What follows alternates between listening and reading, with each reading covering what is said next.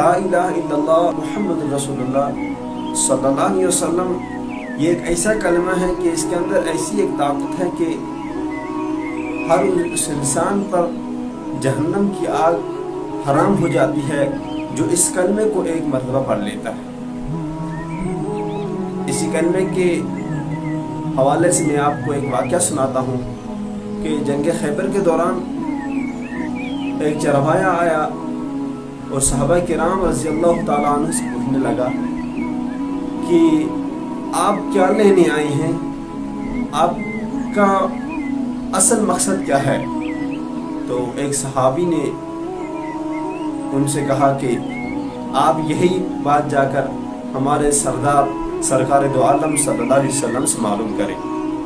मोहतरम हज़रात, तो वो चरवाया जिसे हम कहेंगे बकरवाल, बकरियां चराने वाला, भेड़ चराने वाला, ऐसे हम एक उसको बकरवाल का लफ्ज़ कह देंगे। वो कहने लगा मुझ जैसा इंसान उस सरकार दो आलम से, इनके सरदार से कैसे मुलाकात कर ले। तो सहाबा किराम रज़ियल्लाहु ताला अन्हु ने उनसे ये नसीहत भी की कि हमारे सरदार सरकार दो आलम सल्लल्लाहु अलैहि वसल्लम के पास आम खास एक ही जैसा है, छोटा बड़ा एक ही जैसे है। उनके पास कोई राय नहीं होता कि वो छोटा है वो बड़ा है, वो हर एक को एक जैसा समझते हैं। मोहतरम बुजुर्गों दोस्तों, तो उस चरवाया को वो हिम्मत मिली और वो जनाब मोहम्मद रसूलुल्लाह सल्लल्लाहु अलैहि वसल्लम की खिदमत में हाजिर हुए। तो उन्होंने पूछा सरकार सल्लल्लाहु अलैहि वसल्लम से कि आप यहाँ पर किस मकसद के लिए आए हैं और आप यहाँ पर क्यों आए हैं।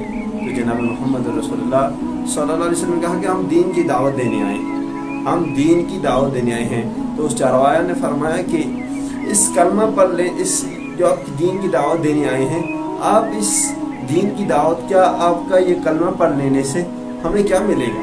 तो जनाब मोहम्मद रसूलुल्लाह सल्लल्लाहु अलैहि वसल्लम ने उस वक्त फरमाया कि आपको इस कलमे के बदला आपको जन्नत मिलेगी।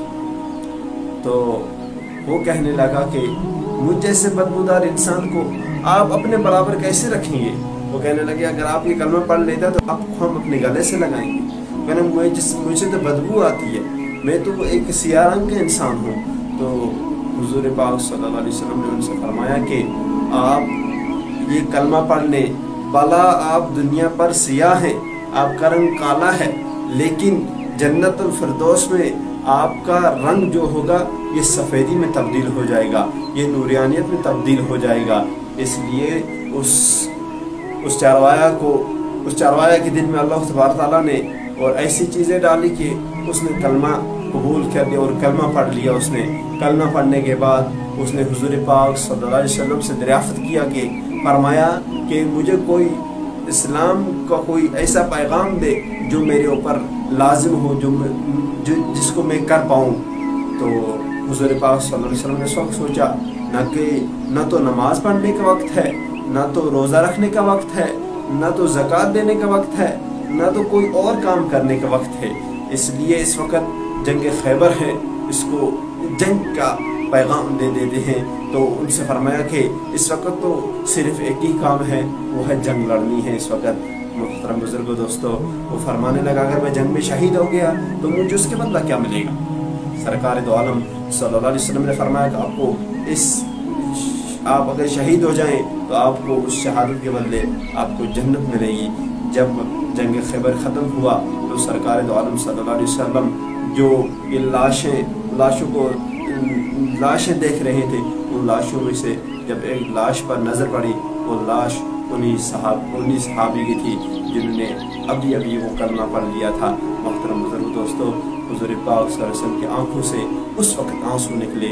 मोहतरम बुजुर्ग दोस्तों, क्या हम ऐसे ही उम्मती हैं कि उन कुर्बानियों को भूल कर आज हम अपनी ज़िंदगी को किन रास्तों पर ख़राब करते हैं। हमें चाहिए कि हम अपनी ज़िंदगी को सीधे रास्ते पर चलाएं, उन्हीं रास्तों पर चलाएं जिन रास्तों पर जनाब मोहम्मद रसूलुल्लाह सल्लल्लाहु अलैहि वसल्लम ने हमें चलने का हुक्म दिया है। हम बुरे रास्तों से रुकें, हम गंदे कामों से रुकें, हम इन बदफैलियों से बाहर निकलें।